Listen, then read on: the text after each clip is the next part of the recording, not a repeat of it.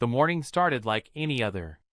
I brewed the usual pot of coffee, set the table for two, and sat down with Megan for breakfast.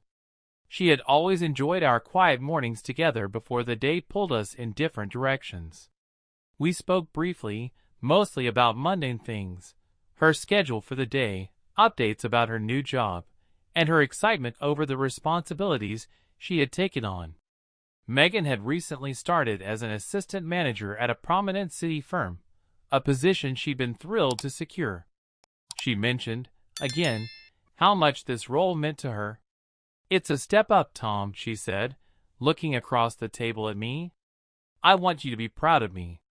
I nodded and told her to focus on what mattered, wishing her success for the day. Sentimentality wasn't my strong suit, but I understood her determination. After breakfast, I walked her to the door, watched her get into the car and drive off. Everything seemed in place. My own day began in its usual rhythm. I headed to the office, where I managed procurement for a major construction company. My role kept me occupied. There was rarely time to dwell on anything outside the tasks at hand. By mid-morning, I was already knee-deep in sorting out a mishap with one of our suppliers. A missed shipment had thrown a project timeline into chaos.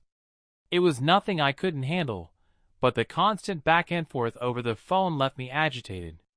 I value precision and efficiency, and it irritated me when others failed to meet those standards. I had just settled the issue when Megan called. Her voice came through clear and steady. She told me she'd be late that evening, something about a client briefing that required her attention. "This is important, Tom. I hope you don't mind," she added. I assured her it wasn't a problem. Megan had always thrown herself wholeheartedly into her work, often taking on more than necessary to make an impression. I respected her ambition, though I sometimes thought she pushed herself too hard for the approval of others. "Do what you need to," I said simply before hanging up. I had my own matters to deal with. The rest of my day passed uneventfully, and by evening, I found myself back home. My preferred way to unwind was in the garage, working on my motorcycles. There was a calming simplicity to it, tightening bolts, tuning engines, fixing up machines that had seen better days. It required focus and kept my mind from wandering to unnecessary places. Tonight, I'd just started reassembling an old carburetor when I noticed the time. Megan wasn't home yet, but that wasn't unusual. She'd mentioned the briefing. When she finally arrived, I stepped into the hallway to greet her. The moment she walked through the door, I caught an unfamiliar scent in the air. It wasn't her usual subtle perfume, but something sharper, more pronounced, with citrus undertones. It stood out, though I didn't comment on it. Instead, I looked at her. Megan was dressed differently than she normally would be for work. She wore a fitted dress and high heels, nothing inappropriate, but certainly more formal than her usual attire. I raised an eyebrow, and she noticed. "We had to make an impression, Tom," she said, her tone casual. "First impressions matter with clients." Her explanation seemed reasonable, and I saw no point in questioning it further. Still, there was something about her demeanor that didn't sit right with me. It wasn't overt, just subtle shifts in her posture and the way she spoke. I couldn't put my finger on it, but it lingered in the back of my mind. I brushed it off for the moment. Instead, I asked her about the meeting, and she gave a brief rundown of how things had gone. We talked about weekend plans and the usual household matters, keeping the conversation light. As the evening wore on, I tried to push the earlier oddities out of my mind.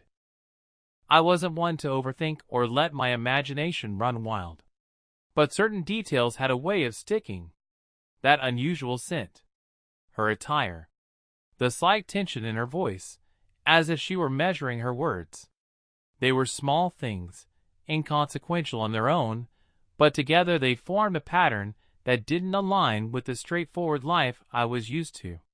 Later that night, after Megan had gone to bed, I went into the kitchen to grab a glass of water. On my way back to the bedroom, I noticed her bag on the chair. It wasn't like me to snoop. I respected her privacy.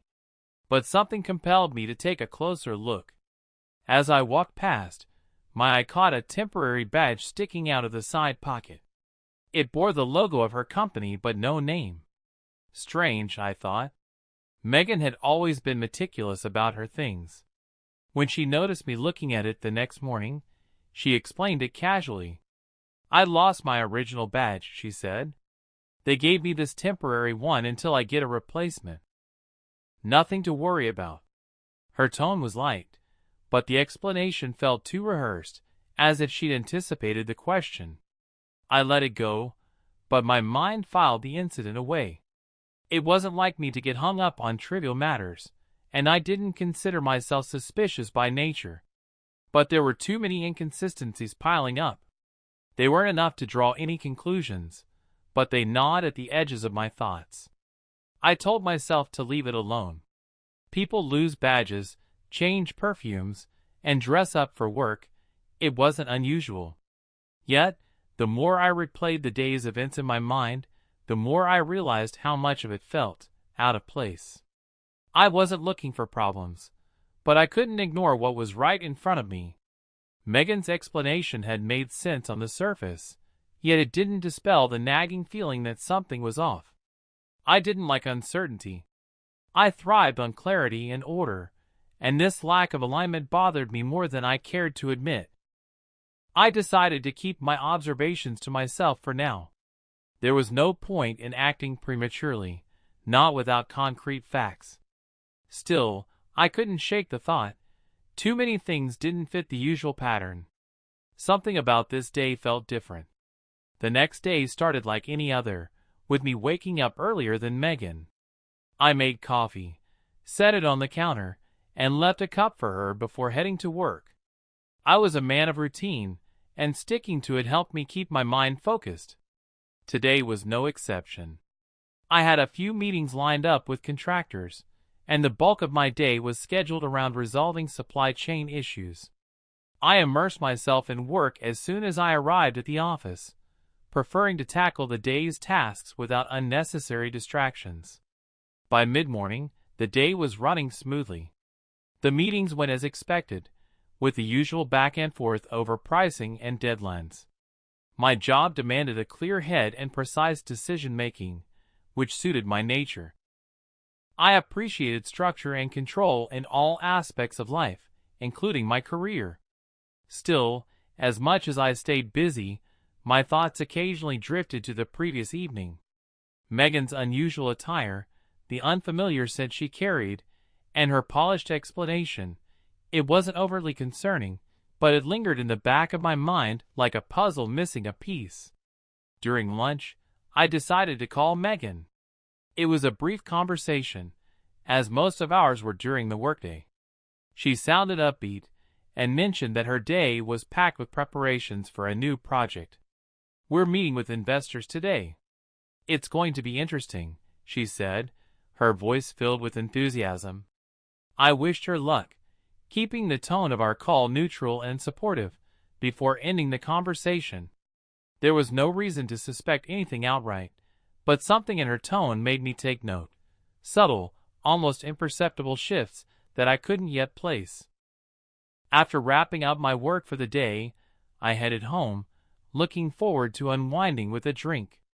When I arrived, Megan was already there, busy in the kitchen preparing dinner. The atmosphere felt normal, at least on the surface. She greeted me with her usual smile, and we exchanged a few words about our days. I sat at the table, letting the routine comfort me. But as I reached for a napkin, something on the table caught my attention, a receipt from a high-end restaurant. It wasn't a place we frequented together, nor was it somewhere Megan usually mentioned going. I picked up the receipt and examined it briefly. "Did you go to this restaurant today?" I asked casually, keeping my tone neutral. I wasn't looking to provoke anything, just curious about the out-of-place detail. Megan didn't hesitate. "Yes, we had lunch there with the team," she said, glancing over her shoulder while stirring a pot. It was part of the project discussion. The company covered it. Her explanation was straightforward and made sense, but one detail stood out.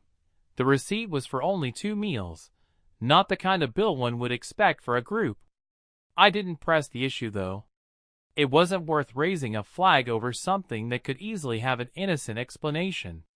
After dinner, Megan went about her evening as usual, heading to the shower while I stayed in the living room catching up on emails. At some point, I heard her phone vibrate on the bedside table. I wasn't the kind of man to pry into her personal things, but the sound drew my eyes to the screen. The message previewed briefly before disappearing. "See you tomorrow. It was wonderful." The sender wasn't saved in her contacts, just a number I didn't recognize. When Megan returned from the shower, she picked up the phone and smiled faintly as she read the message. "Work never lets me go, even at home," she said lightly, as if to dismiss any potential curiosity. I nodded without saying much.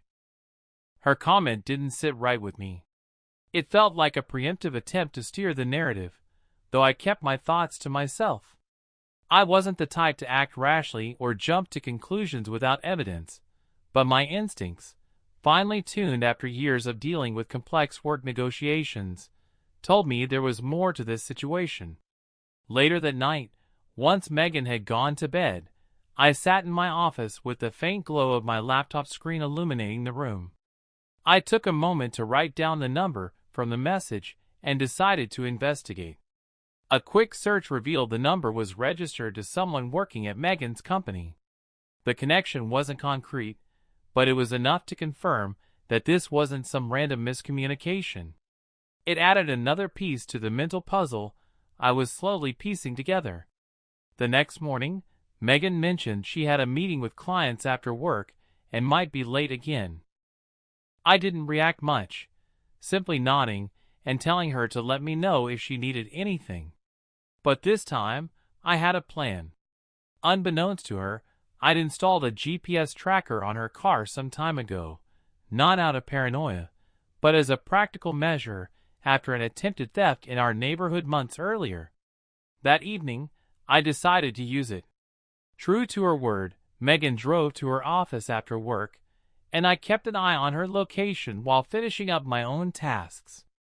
After about an hour, the tracker showed her car leaving the office and heading to a different part of town. The destination was a district known for its upscale restaurants and boutique stores, not exactly the kind of place one would expect for a routine work meeting.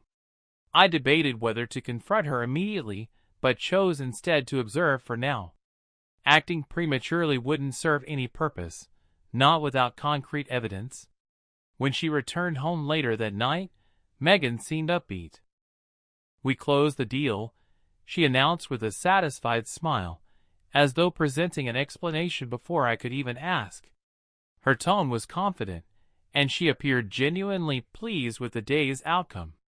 I acknowledged her success and moved the conversation to lighter topics, choosing not to mention what I'd observed earlier. Confronting her now, without more information, wouldn't help. Still, I couldn't ignore the feeling that something wasn't adding up.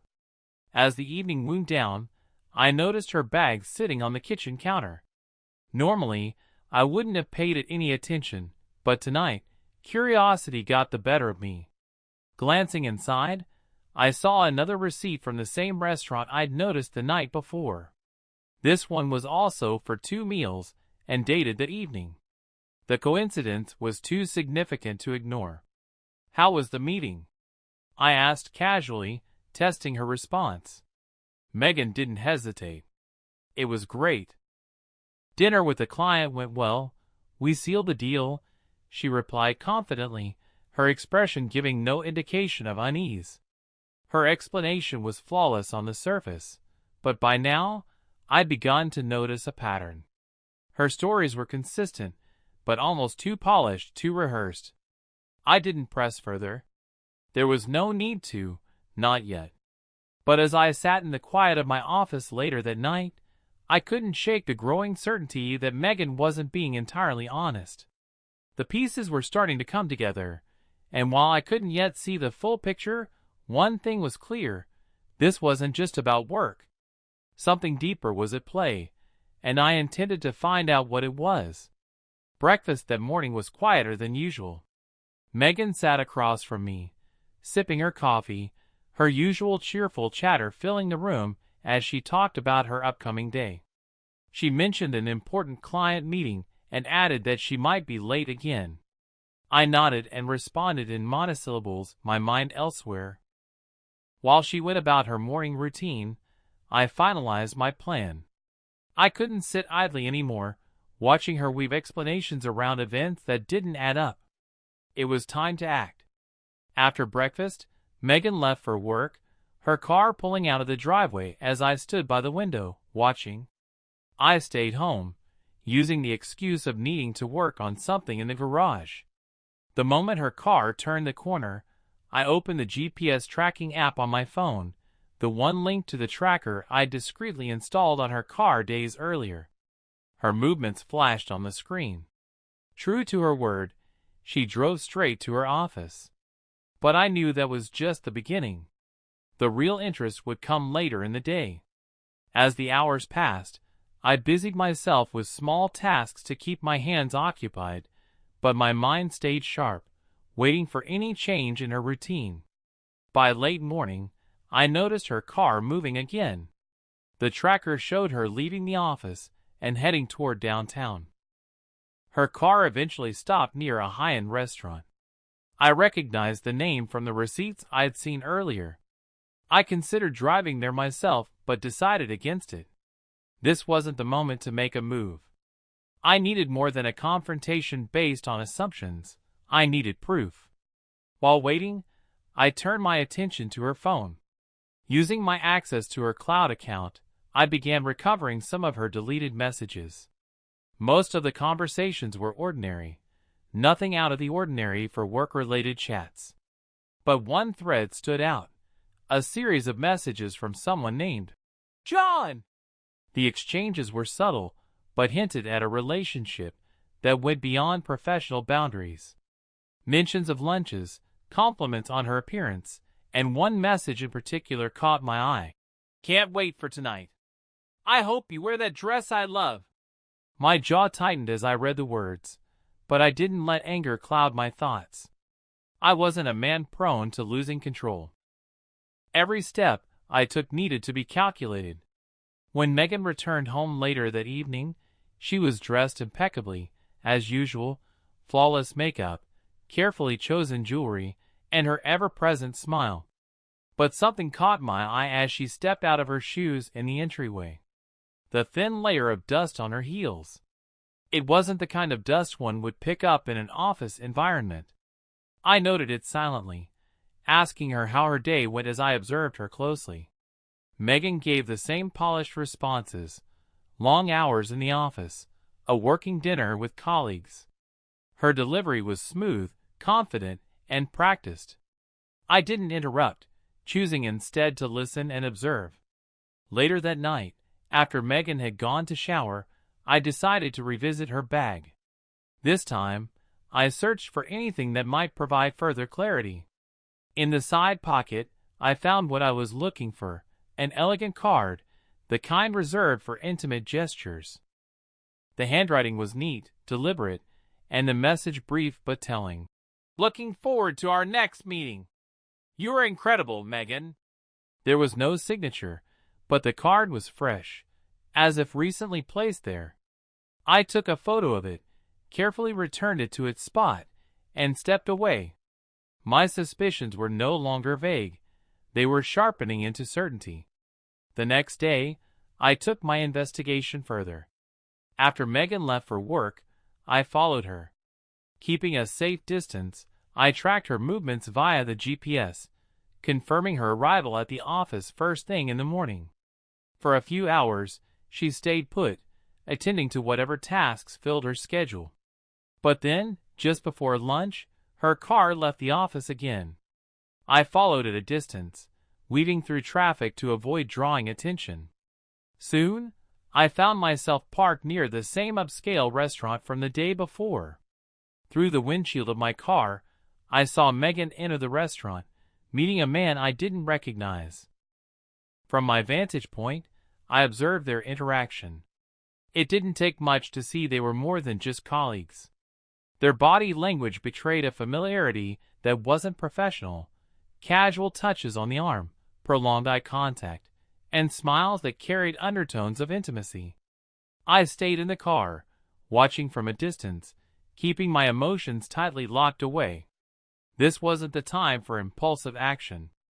My instincts, honed over years of managing high-stakes business situations, told me to stay calm and collect evidence. That evening, when Megan returned home, she carried herself with the same composed demeanor.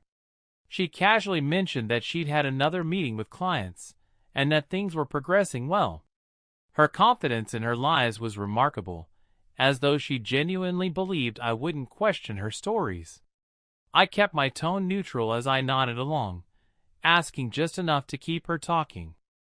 But inside, I felt the weight of the day's revelation settling heavily on my shoulders.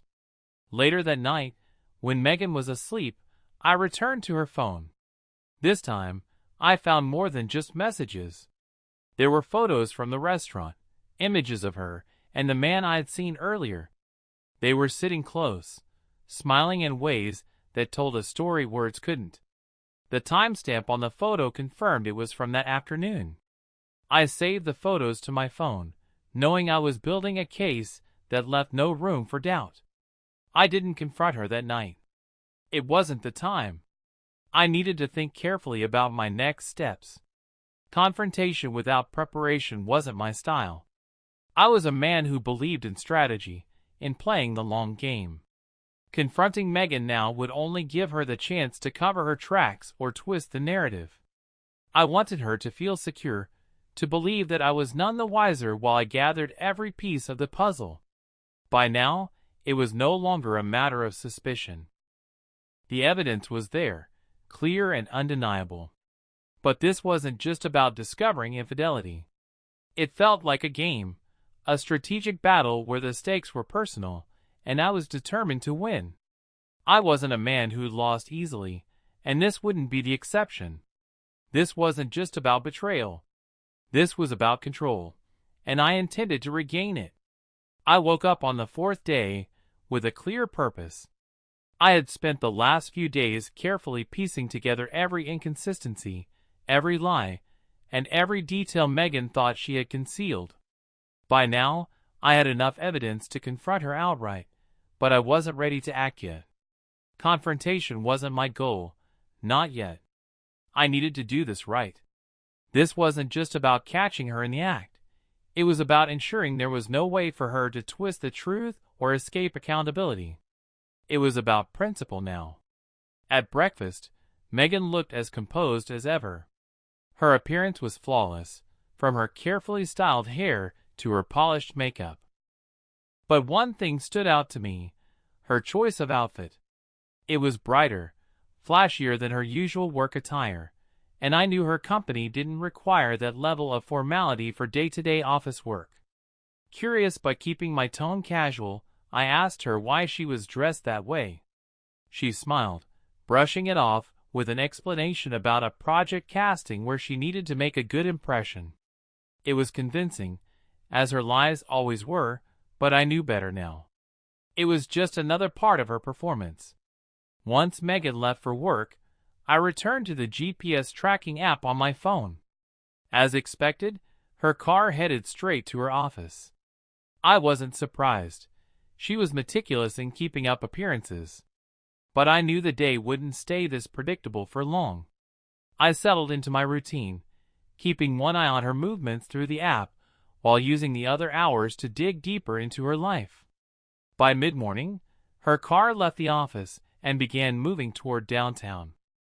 This time, instead of simply watching, I decided to expand my reach. Through a contact in IT security, I gained access to her work emails. It wasn't something I did lightly, but I was past the point of hesitation. Scanning through her inbox, I found what I was looking for. On the surface, her messages seemed professional, but as I delved deeper, patterns emerged. Megan was engaging in flirtatious exchanges with multiple colleagues, each one tailored to its recipient. She spoke to one man about his creativity, complimenting his vision for projects. To another, she expressed admiration for his unwavering support and special understanding. These weren't standard work relationships. They were calculated, intimate, and manipulative. The most damning message was from the night before. It was sent to the same John I'd identified earlier. "Don't forget about tonight. You know how much I love when you stand out," it read. The message was clear, and it aligned perfectly with her actions. I took screenshots of everything, saving them to a secure folder on my phone. The pieces were beginning to fall into place. My investigation didn't stop there. I went through our joint bank account, looking for anything out of the ordinary. Sure enough, I found a recent transaction for an expensive dress from a boutique she'd never mentioned visiting. The dress was extravagant, far more so than anything she usually wore to work. It wasn't hard to connect the dots. This wasn't for business meetings or casual dinners with colleagues. This was for someone or something special. The dress was another brick in the wall of evidence I was building against her.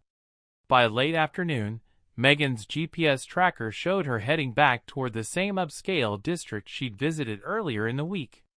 I knew her routine well enough now to anticipate what was coming. I decided to follow her this time, keeping a safe distance to avoid detection. Her car eventually stopped outside a private, high-end club. I parked nearby, close enough to watch without drawing attention.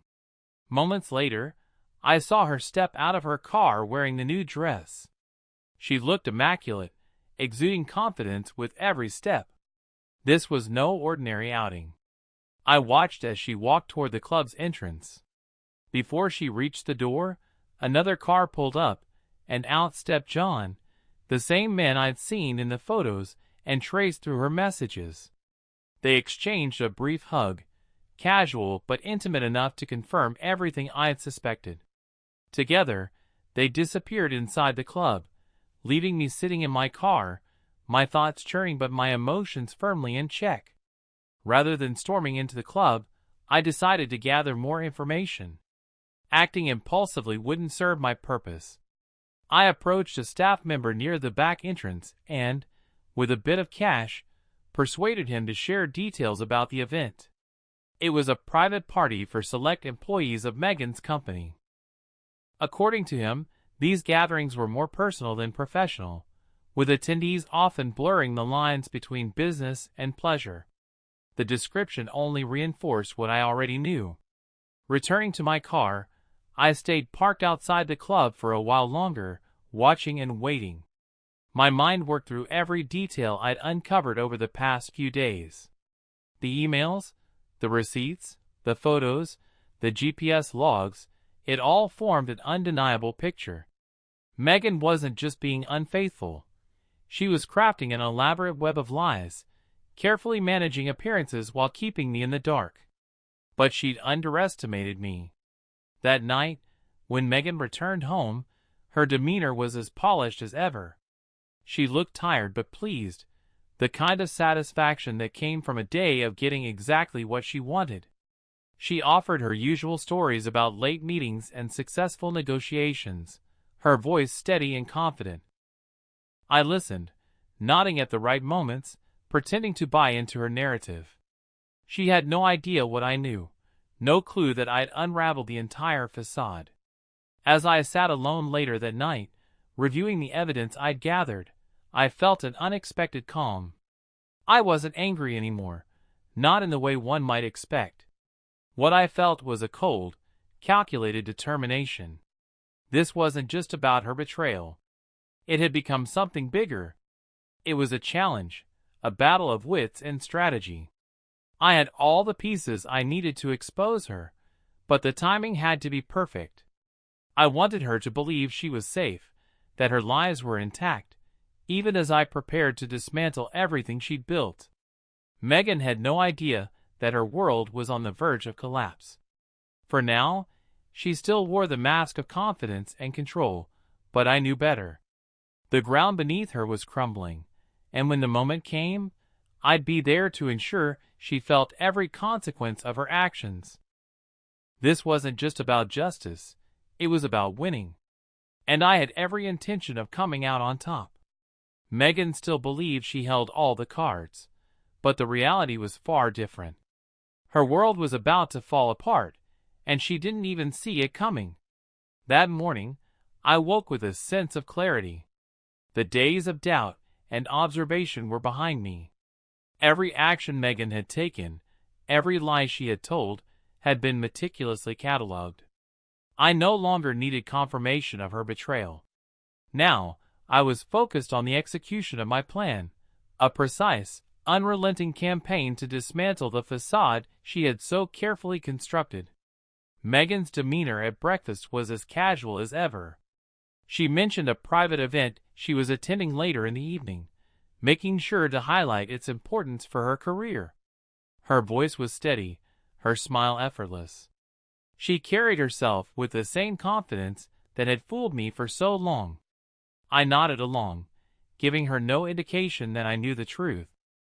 "Of course you should go," I said. "You deserve some time to unwind." My tone was neutral, even supportive. Inside, I was already planning my next move. As soon as she left, I grabbed my keys and drove straight to my lawyer's office. The time had come to formalize the consequences of her actions. Sitting across from my attorney, I laid out everything I had: photos, messages, receipts, GPS logs. Each piece of evidence was irrefutable, painting a clear picture of Megan's infidelity and her deceit. My lawyer, though visibly surprised by the thoroughness of my documentation, wasted no time drafting the necessary divorce papers. But I wasn't stopping there. I asked him about the legal avenues available to target her professionally. Could her behavior be reported to her company? Was there a way to expose her actions to her clients without crossing any legal lines? My lawyer provided options, and I noted each one carefully. After leaving the lawyer's office, I returned home to prepare for the evening. Everything was falling into place, but I knew I had to be methodical. Megan's betrayal wasn't just personal, it was calculated, and my response needed to be just as deliberate. Before I could move forward, I needed to ensure I had full control of the situation. As I entered the house, I immediately noticed something was off. Megan's car was in the driveway, even though she wasn't supposed to be home yet. Stepping inside, I found her sprawled on the couch. She was visibly intoxicated, her hair disheveled, her makeup smeared. At first, I thought she had simply returned early, but then I noticed the details.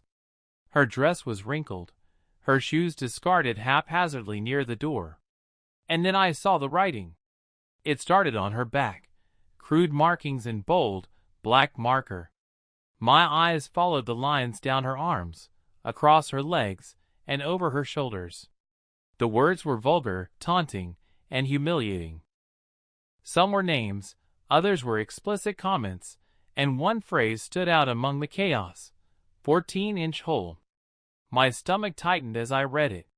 It was like a public declaration of her degradation. Beneath one of the markings was an address, accompanied by the words, "If you want to know what your wife did tonight, come here." For a moment, I stood frozen, trying to process what I was seeing. Megan was unconscious, completely unaware of the state she was in. I resisted the urge to wake her, knowing it would serve no purpose. Instead, I grabbed my phone and began taking photos of everything: the writing, the address, even her face as she lay there, oblivious. These weren't just humiliating marks. They were evidence, proof of the depths to which she had sunk. I debated whether to go to the address immediately. My first instinct was to confront whoever was responsible, to demand answers. But I stopped myself. Acting out of anger would accomplish nothing. I needed to think clearly, to remain in control. Instead, I made a mental note of the address and returned to the task at hand. The next step was to compile the rest of the evidence. I uploaded the photos of Megan's markings, adding them to the growing collection of files I had already assembled. Then I drafted an anonymous email to her company's HR department, attaching the most damning evidence. My message was clear. Megan's actions weren't just unethical, they were a liability. I knew this alone would be enough to put her position at risk, but I wasn't stopping there. Later that evening, after Megan had stirred briefly before collapsing into bed, I followed the address written on her body. The location led me to a small house in an upscale neighborhood. From the outside, it looked unassuming, but the remnants of the night's activities were everywhere. Empty bottles littered the lawn, and faint music still played from inside. I parked a few houses down and approached cautiously, ensuring I wasn't seen. Once inside, the scene was exactly what I expected. The house was trashed, with discarded clothing and half-empty glasses scattered throughout the rooms. But what caught my attention were the Polaroid photos left on a table near the door. Each one captured Megan in compromising positions with multiple people. The images were explicit, leaving no doubt about what had happened. I took the photos, carefully placing them in my jacket pocket, and snapped additional pictures of the house for good measure. When I returned home, Megan was still asleep. I sat in the kitchen, reviewing the material I had gathered. The evidence was damning, not just for Megan, but for everyone involved. Their arrogance, their carelessness, it had all played into my hands. I had everything I needed to dismantle their lives piece by piece, starting with Megan. The next morning, she woke up groggy but composed herself quickly, pretending nothing was out of the ordinary. She poured herself a cup of coffee and sat across from me, her expression neutral. She didn't mention the events of the previous night, nor did she seem aware of the photos I had taken or the plans I was setting in motion. I said nothing, simply watching her as she sipped her coffee, the weight of her lies hanging heavily in the air. As I studied her, I couldn't help but think about how far she had fallen. The woman I once admired, once trusted, had become a stranger, somewhat unrecognizable. But I didn't feel anger anymore. What I felt was a cold, calculated sense of purpose. Her downfall was no longer a matter of if, but when. And tomorrow, when my carefully crafted plans began to unfold, she would finally understand the full extent of what she had done. I woke up early, as always, but this morning felt different. Everything was prepared, divorce papers signed, evidence compiled, and my plan to dismantle Megan's life and the lives of those complicit in her betrayal was ready to be set in motion.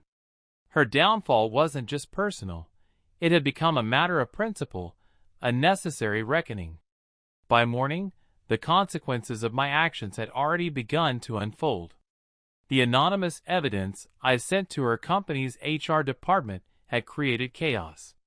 Her intimate exchanges with colleagues, blatant misuse of corporate resources, and behavior unbecoming of her position were now public knowledge. The company's leadership acted swiftly, launching an investigation that culminated in her immediate dismissal. Megan's carefully curated reputation crumbled within hours.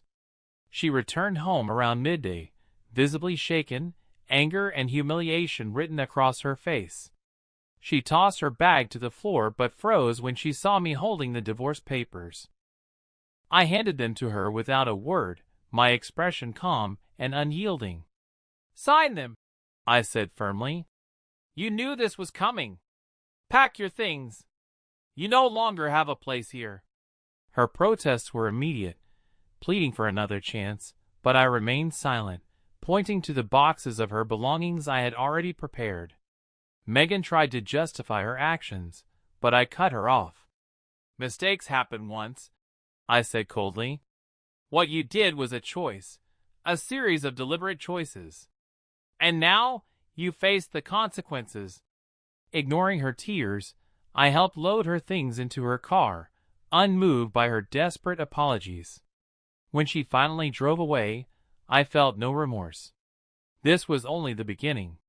With Megan gone, I turned my attention to those who had aided her. John, the man central to this mess, was my first target. Armed with compromising evidence, messages, photos, and videos, I sent an anonymous package to his wife. Within days, his marriage disintegrated, and his life was in ruins. I didn't stop there. Using the names marked on Megan's body, I traced each man involved, collecting enough information to dismantle their lives. Careers crumbled, families fractured, and reputations were destroyed, all with the precision of a man unwilling to let injustice go unpunished. My focus sharpened on the man responsible for the party, the architect of much of her degradation. Finding his illegal side business, I anonymously tipped off authorities, providing solid evidence. Within days, he was arrested, his operation dismantled. When it was all over, I felt satisfaction, not rage, but a calm sense of closure. Returning home that evening, I poured myself a glass of whiskey and sat on the couch, gazing out the window. The house was quiet, but it didn't feel empty. It felt like freedom. Ahead lay the legalities of divorce, but for now, I savored the silence, knowing I had reclaimed my life and restored my order. The morning of the court hearing arrived, and I was fully prepared. The months of meticulous planning, collecting evidence, and securing my assets had led to this moment. Megan, always the manipulator, believed she could sway the court with her charm and excuses, but she underestimated the extent of my preparation. I was ready to ensure she left with nothing. The first blow came when my attorney presented the evidence. The dossier I had compiled was methodical and damning: messages, photos, videos, financial transactions, and even records of her inappropriate behavior at work. Megan's lawyer attempted to shift blame onto me, citing emotional neglect, but the evidence of her multiple affairs dismantled her narrative completely. Her attempt to appear as a victim crumbled under the weight of undeniable facts. Next came the financial aspect of the case. Megan expected to walk away with a significant portion of our assets, but I had planned ahead. Months before filing, I had legally transferred my primary assets, including the house and car, to my company. My savings had been redistributed to secure accounts inaccessible to her. When her lawyer demanded a division of property, my documents clearly showed that the assets were no longer personally owned. It left her with no legal claim to anything substantial. Her humiliation grew as her professional reputation was brought into question. I presented evidence of her termination, tied directly to her unethical behavior at work. Emails and witness statements highlighted her inappropriate conduct with colleagues, further eroding her credibility. The court saw her actions for what they were: self-serving, reckless, and without remorse. The final blow came when the photos from the party were revealed. Megan's behavior, documented in explicit detail, shocked the courtroom. The judge deemed her actions not only immoral, but directly harmful to the marriage. This evidence became the cornerstone for the court's decision to deny her any spousal support. Her attempts to challenge these findings were dismissed outright. The court's ruling was decisive. Megan received nothing, not the house, the car, or a portion of my income. Instead, she was ordered to pay compensation for the emotional and reputational damage her actions had caused. This rare decision underscored the severity of her betrayal and the comprehensive nature of my case. Her lawyer's objections were futile, and Megan left the courtroom visibly shaken. As I exited the courtroom, she attempted to speak to me, desperation in her eyes. I stopped her with a single glance. "You've said enough. This is your life now. Live with it." My words marked the end of any connection between us. Her world was in ruins, and there was no coming back from it. Returning home, I felt a sense of finality. Justice had been served, but my work wasn't finished. I continued working with my legal team to file lawsuits against others involved in her betrayal. Each new case brought further closure, ensuring that no one escaped accountability. For every person who played a part in this, there were consequences. This was more than a personal victory. It was a statement, a demonstration that no one could disrupt my life without facing the full extent of my resolve. My world remained unshaken, and those who tried to destroy it were left broken and defeated.